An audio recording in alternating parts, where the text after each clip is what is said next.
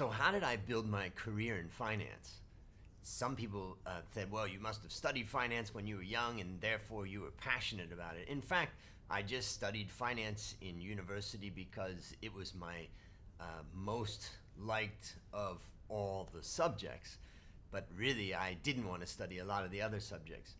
Then, after I graduated from university, I went to work for Pepsi in a manufacturing factory in Torrance, California, and then later Buena Park in LA. And I went to work as a management trainee. In fact, I didn't have much thought at all about going to the work in finance. And then I went to visit the finance offices and the finance and accounting people. And it was way too much for me that it was just more and more like accounting and keeping track of numbers, and I just wasn't interested in that. I was interested in what was happening on the factory floor. We did counting of the inventory every single day, tracking, trying to move the business forward. So I found that very, very fascinating. Then later I moved to Thailand in 1992 because I thought I want to pursue my passion of seeing if I can survive and thrive in a country like Thailand. And I chose to teach finance, but again, that was only because that was the job that was in front of me that I got to follow my dream of living in Thailand. So then I started teaching finance, and I'm okay. I liked it. It's okay, but I wasn't knocked out. And then after that, I applied for a job as a broker, as an analyst at a broker in Bangkok, Thailand, with an old boss of mine, my first boss. His name is John.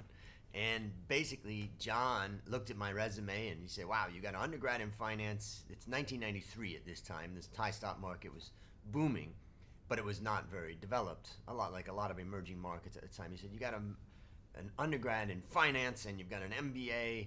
You are one of the most qualified people in this city. Therefore, you're hired. And that was when I found my job as a financial analyst. And I can remember literally getting to that office. I can still visualize that office very, very clearly.